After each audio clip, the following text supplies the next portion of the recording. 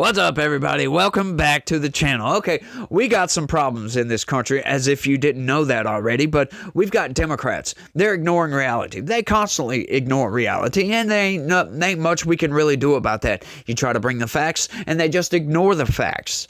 They outright ignore the facts. Now, they're going on and on and on. As a matter of fact, we just went over a video. If you haven't seen my Piers Morgan debate, go check that out. We've got a congressman that is trying to impeach Donald Trump currently, right? And one of his reasons, get this, one of his reasons is bad polling numbers, y'all. His polling went down.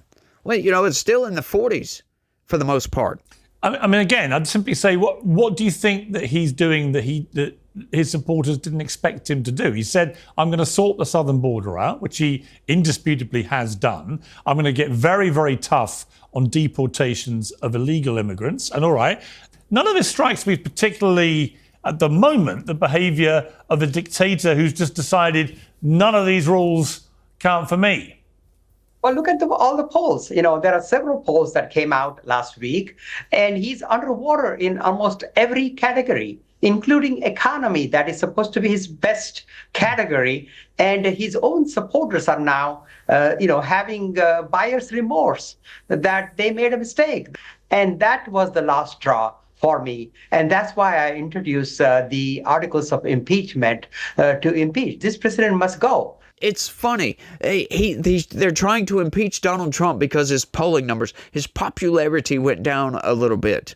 You know, according to their polls, it's in the upper 30%. But in aggregate, it's in the 40s, mid-40s, as a matter of fact. That's decent. And they say, oh, it's the lowest in any president going back 70 years in their first 100 days. Why does that even matter? I would say. Like the metric of the first 100 days. Why does that matter?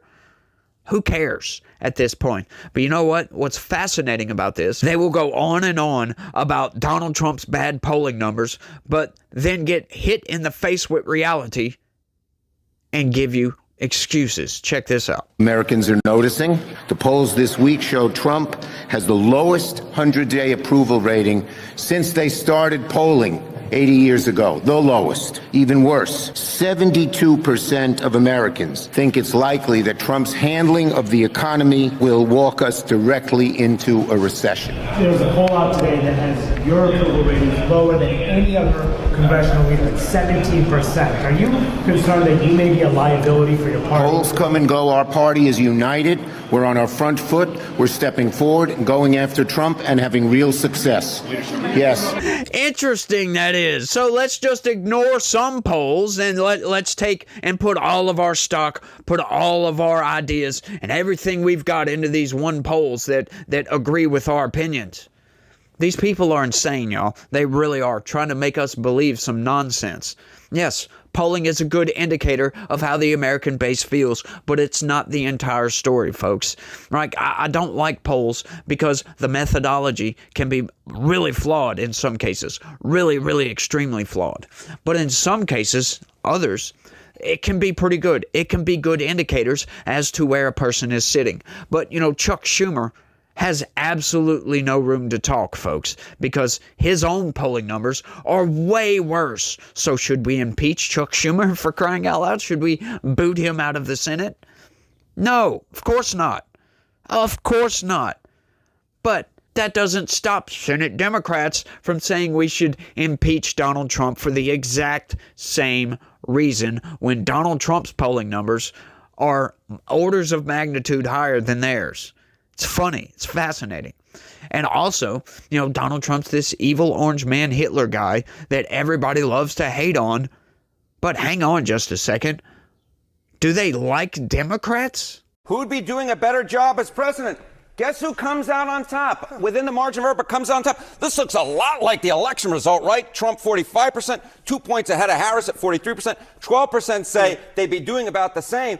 But this is the key nugget here. It's not just about regretting that vote. It's literally saying who would be doing the better job right now. And Trump continues to score a higher percentage of the vote than Kamala Harris. This looks a heck of a lot like the election result. We have just seen this in poll after poll after poll. despite the fact that Trump's favorable ratings aren't too hot to trot, when he's matched up against who he was matched up in 2024, he still, across the polls, scores a higher percentage than Kamala Harris. About when he's matched up against congressional Democrats, who we know have had some pretty rough numbers. Yeah, they have had some pretty rough numbers. So Kamala Harris obviously doesn't hold elected office right now, but Democrats in Congress sure do. So who do you trust more on the U.S. main problems, the main problems in the United States? Well, what do we have here? It's the same exact picture, folks. It's the same exact picture. When you match Donald Trump against his actual competition, Donald Trump comes out ahead. Look at this. 40% to congressional Democrats, 32%. Going to make a big circle here. But the bottom line is,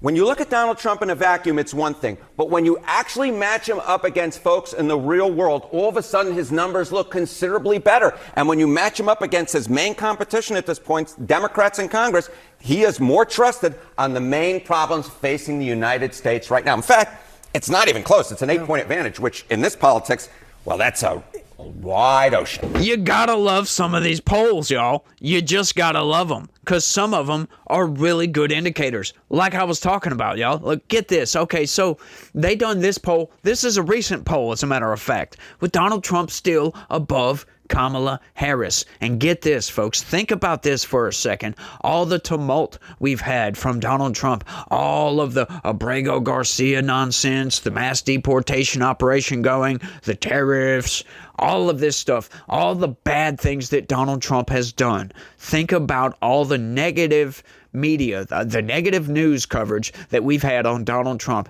and yet he's still polling above Kamala Harris, who has been vacant from the scene, who hasn't done anything bad. She hasn't made any bad speeches. Well, I say that. There's been a couple.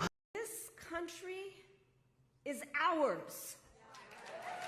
It doesn't belong to whoever is in the White House. It belongs to you. It belongs to us. It belongs to we, the people. Thank you. Regardless, she hasn't been in charge of, the stock market plunging. She hasn't been in charge of prices going up, which inflation is down, by the way. Gas prices are down, but what's fascinating about that is after all the negative coverage, Donald Trump is still in the same place he was in November, folks. What does that tell you? That's a really, really good indicator of where people actually think Donald Trump is. People have trust in Donald Trump. They trust him a lot more than they do anybody else at this current moment, right? And you might say, well, his approval rating's in the gutter, 30%. But the question is, what does that actually mean, right? Like when we say, Donald Trump's popularity is down, blah, blah, blah, blah, blah. The question would be then, do we trust somebody else to do the job? That's the question. And the answer is obviously no.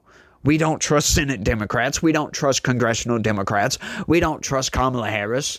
Then who do we have to replace Donald Trump? If this is all, let's impeach Donald Trump, put J.D. Vance in there, well, what? That makes absolutely no sense. That wouldn't be a bad thing, in my opinion. But good luck doing that. This is the question. This is what Democrats, they're like, we've got a bad leader, but have zero solutions. This is always what Democrats do. They always offer this, everything is bad, everything is just going to hell in a handbasket, but offer no solutions on how to fix it. They never do, folks. This is why our economy has been put in the state that it currently is. This is why, you've got these market manipulations, the currency manipulations, the bad trading deals, and all this going on with our economy. We're getting extracted from, for goodness sakes. And I had this explained to me, and we are being extracted because we don't produce enough. We buy, we take in, we import a lot more than we export. And that essentially, when it all boils down to it, is the world extracting from our economy when we don't produce enough to cover what we export, essentially. Our wealth is being extracted and being diversified out into the rest of the world. This is unsustainable, folks. We need to bring back manufacturing into this country. And once again, Democrats offer no solutions. As a matter of fact, they are part of the reason we got into this position in the first place. And it's insane to think that finally we have somebody come in, Donald Trump, willing to take action, willing to take political hit after political hit, willing to expend lots of political capital to try to get something done to fix the economy. And he's getting bludgeoned over the head by everything. Everything. The corporate press and all of the Democratic apparatus in this country is beating Donald Trump over the head. And what is fascinating is his polling numbers are not that bad considering the negative coverage from the news, from the media in this country.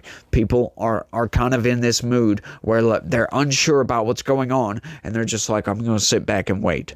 Let's see if these tariffs actually work. Let's see if this brings back manufacturing. And the early, I think I said manufacturing, but manufacturing. And the early indicators, right? The early indicators are looking pretty good. We've already had trillions of dollars of promised investment into manufacturing into the United States. We're bringing back pill manufacturing, for goodness sakes. I almost covered an article the other day talking about that. $1.5 billion from, I think it was AstraZeneca, I believe. I could be wrong on that. Don't quote me on that. As a matter of fact, I'll go look it up in post-production and I'll put the headline right there and we'll see who it really is, see if I'm lying. But, transparency is one thing, but, getting it wrong is a whole nother thing. But outside of that, y'all, it's just fascinating the political climate that we're in right now. So what's going on? We've got somebody willing to lose politically to help fix our economy, help fix our country. And people are trying to take Donald Trump out for doing so. They're trying to impeach him because his polling numbers are bad. It is insane. It's absurd. And blows my mind if you ask me. But I think that's all I got on this one, y'all. I know it's kind of a shorter video, but hey, it is what it is. People's attention spans are not that great. But y'all let me know what y'all think. And that's all I got on this one. I want to thank everybody for watching. Y'all don't forget to smash that like button, share this video anywhere and everywhere you can, and subscribe. We cover media manipulations twice a day at least. So y'all subscribe to the channel, turn on your notifications, and do all that good look up stuff. And y'all try to have a good day. Stay legitical. Peace.